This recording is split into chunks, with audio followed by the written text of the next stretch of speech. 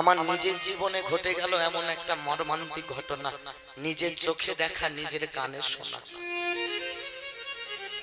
ঘটনাটি আজকে আপনারাও শুনলে বুঝতে পারবেন যে এই জগতে আমার মায়েদের কতটা ব্যথা। হয়তো তোমাদের মনে প্রশ্ন জাগবে যে বাবা প্রীতম, এখানে মায়ের কথাটা আসছে, কারণ আছে। তোমরা তো বাস্তব জীবনেতে আছো, একটু বাস্তবটা মেলাও তো দেখি। দেখবে এ জগতে ছেলেটা যতটা না কষ্ট পায়, ছেলের কষ্ট দেখে বাবা মায়েরা কিন্তু দ্বিগুণ বেশি কষ্ট পায়। কারণ সন্তানের আনন্দেতে বাবা মায়েরা আনন্দিত হয়, সন্তানের দুঃখতে বাবা মায়েরা দুঃখ পায়, আর ওই সন্তানের সুখেতে বাবা মায়েরা সুখী। আর এটাই সব থেকে ভাবতে বড় লজ্জা লাগে, সেই সন্তানটাই যখন বড় হয়, সেই সন্তানটাই বড় হয়ে শেষের দিনে ওই বাবা মায়ের একমাত্র ঠিকানা করে বৃদ্ধাশ্রম। বাবা ঠাকুর, এগুলো বাবা আমার কোনো বানানো কথা নয়, যেটা বাস্তবে দেখছি সেটাই আজকে তোমাদের কাছে বলছি। আর আমি একটু বাস্তব নিয়ে কীর্তন করতে ভালোবাসি, কেন জানো? কারণ মানুষের চেতনাটা না দিনের পর দিন ঘুমিয়ে পড়ছে। একটা কথা জেনে রাখবেন মায়েরা, নিজেকে শুধু মানুষ বলে বড়াই করলেই কিন্তু মানুষ হওয়া যায় না।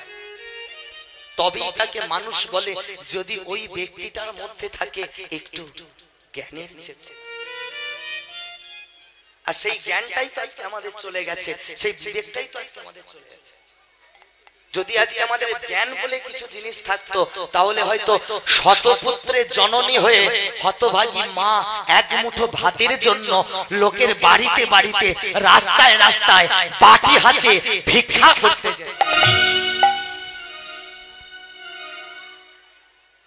আপনাদের আশীর্বাদে আমি তো বহু জায়গায় ঘুরে ঘুরে কীর্তন করছি বাবা।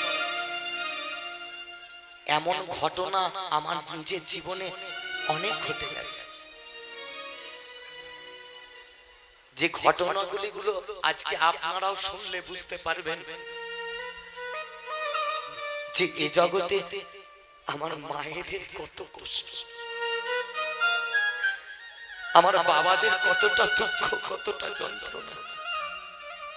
আপনারা যদি আমাকে 5টা মিনিট সময় দেন, তাহলে এই বাস্তব ঘটনাটা আমি এখন আপনাদের কাছে বলতে চাই। আমি কি বলতে পারি না বাদ দিয়ে দেব? তবে আপনাদের চরণে একটাই নিবেদন, এই বাস্তব ঘটনাটা আমি যখন বলবো কেউ কিন্তু একটাও কথা বলবেন না। কথা দিলাম, যদি মন দিয়ে শোনো, পাষাণ হৃদয় পর্যন্ত গলে যাবে এই ঘটনাটি শুনলে।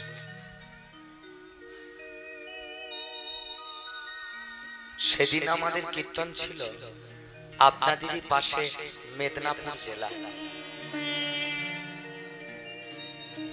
আর আমাদের তো বাবা কলকাতা দক্ষিণ 24 পরগনা বাড়ি। এই মেদিনীপুর বলুন, আপনাদের হাওড়া বলুন, যেতে গেলে আমাদের আগেই পরে ধুলাগড় টোলগেট। আমার বাবা ঠাকুররা হয়তো জানবে ধুলাগড় টোলগেট। ওই ধুলাগড়ের টোল কেটে তারপর আমাদেরকে ওই মেদিনীপুরে যেতে হবে। আর যারা ধুলাগড়ে গেছেন খুব ভালো করে জানবেন বাবা, ধুলাগড়ের টোলটা কাটার পরে বাঁ দিকে আছে একটা চায়ের দোকান। এবার আমরা কি করি, প্রত্যেকদিন ওখানে গাড়িটাকে দাঁড় করাই, দাঁড় করিয়ে চাটা খেয়ে একটু বিশ্রাম করে আবার গাড়ি রওনা। তা সেই দিনকে আমি চা খেয়েছি, চা খেয়ে গাড়িতে উঠতে যাব, হঠাৎ দেখলাম পিছন থেকে কে যেন এসে আমার হাতটাকে টেনে ধরেছে।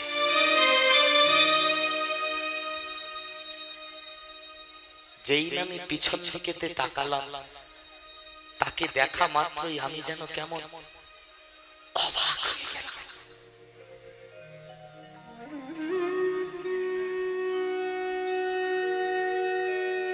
বয়সই আপনার হবে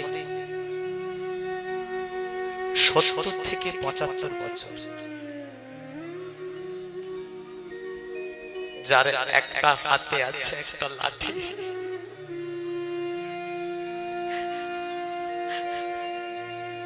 আর একটা হাতে আছে একটা ভিক্ষার বাটি, আর তার শুধু দুটো চোখ ভরা জল। তিনি আর অন্য কেউ নয় জানেন, তিনি একজন হতভাগিনী ভিখারি মা।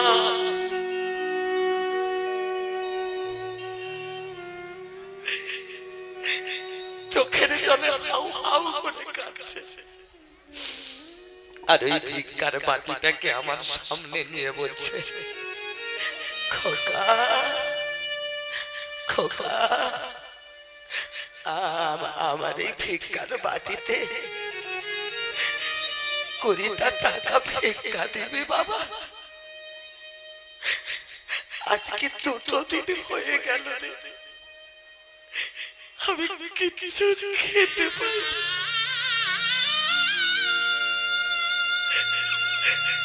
আমার বড্ড খিদে পেয়েছে রে বাবা, আমার ভিক্ষার বাটিতে দে না বাবা 20টা টাকা ভিক্ষা। আমি যে খিদের জ্বালা সইতে পারি না, আমি যার কাছেই মাটি হাতে ভিক্ষা চাইতে যাই, সেই যে আমাকে ভিখারি বলে ঘাড় ধাক্কা দিয়ে টানে। কেউ আমাকে ভিক্ষা দেয় না রে বাবা। বাবা বাবা ভিক্ষা, ভগবান তোর মঙ্গল করবে, তোর এই মায়ের তুই খিদের জ্বালা মেটা, ভগবান তোর মঙ্গল করবে।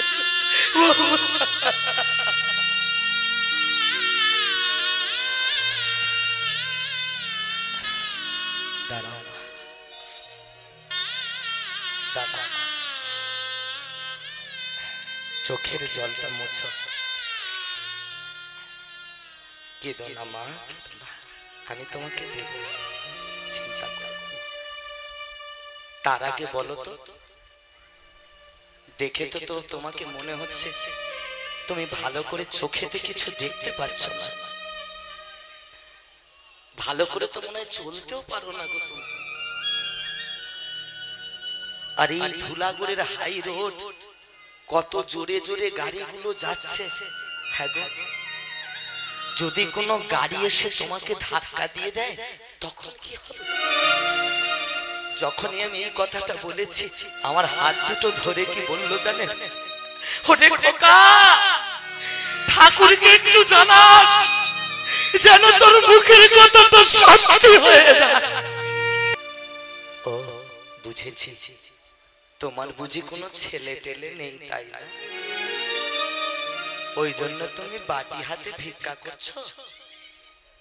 ও বুঝেছি, তোমার বুঝি কোনো বাড়ি টাড়ি নাই না, ওই জন্য রাস্তায় রাস্তায় ঘুরে বেড়াও।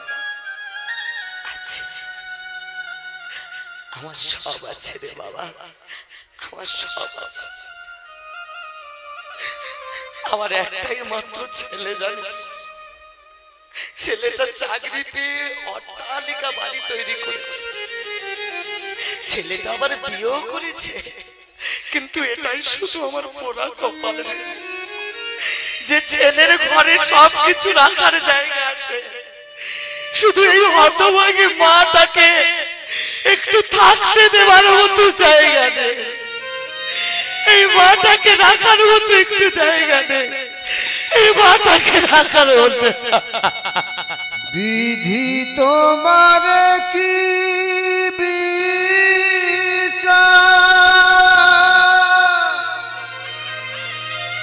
জগত সংসারে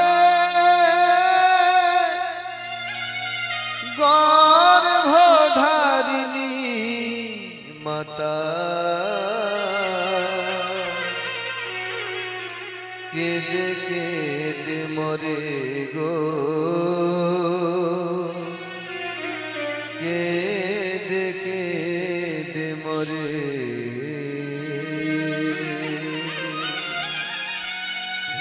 হে মোর জগৎ জননী মা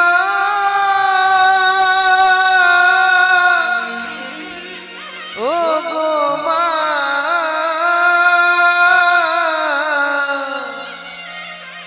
গর্ভধারিণী মায়া মা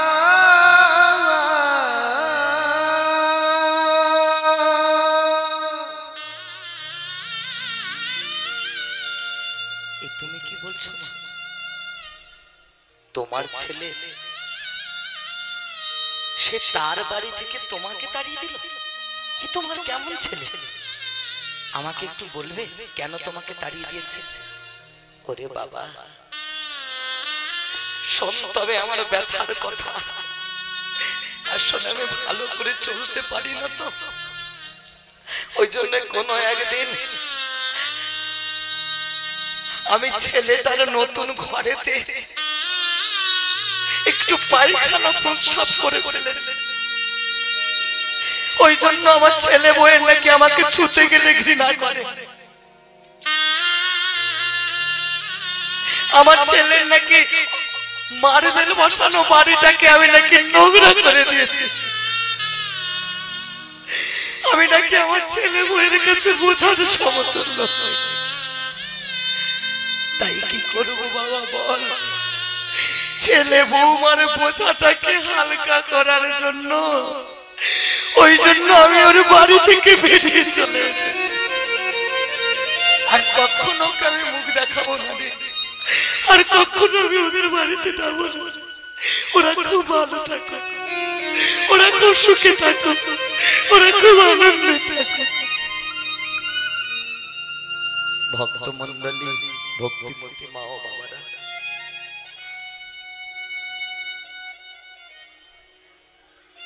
ঘটনাটি শুনছেন? কি হবে বাবা হরিনাম শুনে? কি হবে কীর্তন শুনে? কি হবে ভগবানের পুজো করে? আসলে ভগবানটাকে যে তোরা বুঝতে পারবে না। আজকে চিন্তা করে দেখেছো, ছেলের ঘরে মা বুড়ো বয়সে একটু পায়খানা প্রস্রাব করে ফেলেছে বলে মা নাকি ছেলে বউয়ের কাছে বোঝা সমতুল্য হয়ে গেছে। মাকে নাকি ছুঁতে পর্যন্ত ঘৃণা করছে। আচ্ছা মায়েরা, মনে পড়ে তোমাদের সেই দিনের কথা যেদিন ওই ছেলেটা ছোট ছিল? একটু বিচার করবে আমার কথা।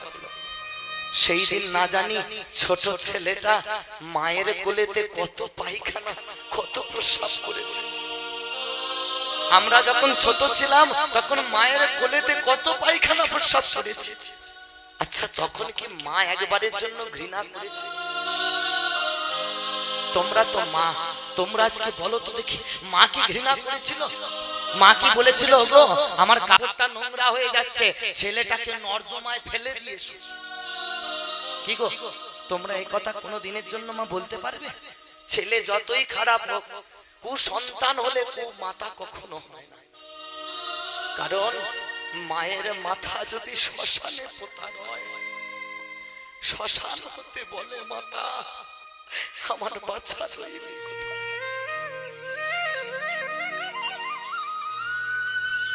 সবাই চরণে তাই একটাই নিবেদন, জানি না আমি আর কোনোদিনও এই আসরেতে আসতে পারবো কিনা,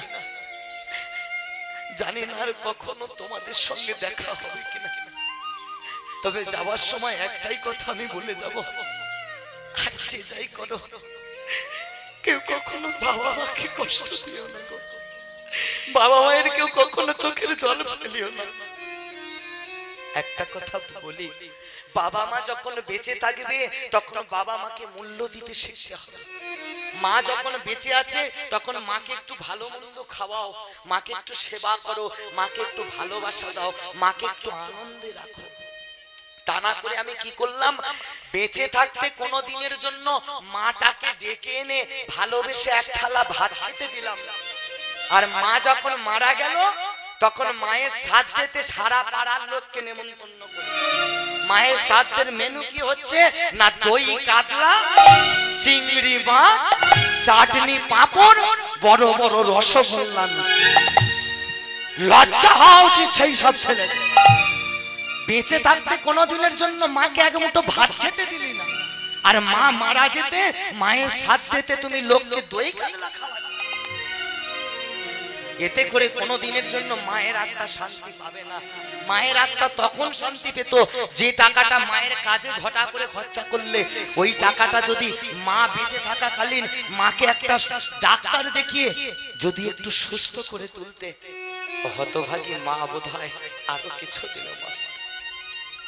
মা মারা যাওয়ার পর মায়ের আত্মাটা বোধহয় শান্তি। একটা কথা জেনে রাখবে, বাবা মায়ের মতো পরম গুরু এই পৃথিবীতে নাই, বাবার মতো পরম ভগবান এই পৃথিবীতে নাই। ওই জন্য একটা সুন্দর আধুনিক গান আছে না, গানের কথাগুলো দেখো। সবাই বলে ভগবান সুন্দর, না না হবে না তো সুন্দর আমার মায়ের থেকে।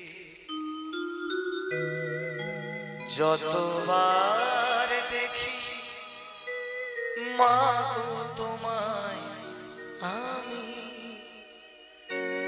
সাধে মেটে না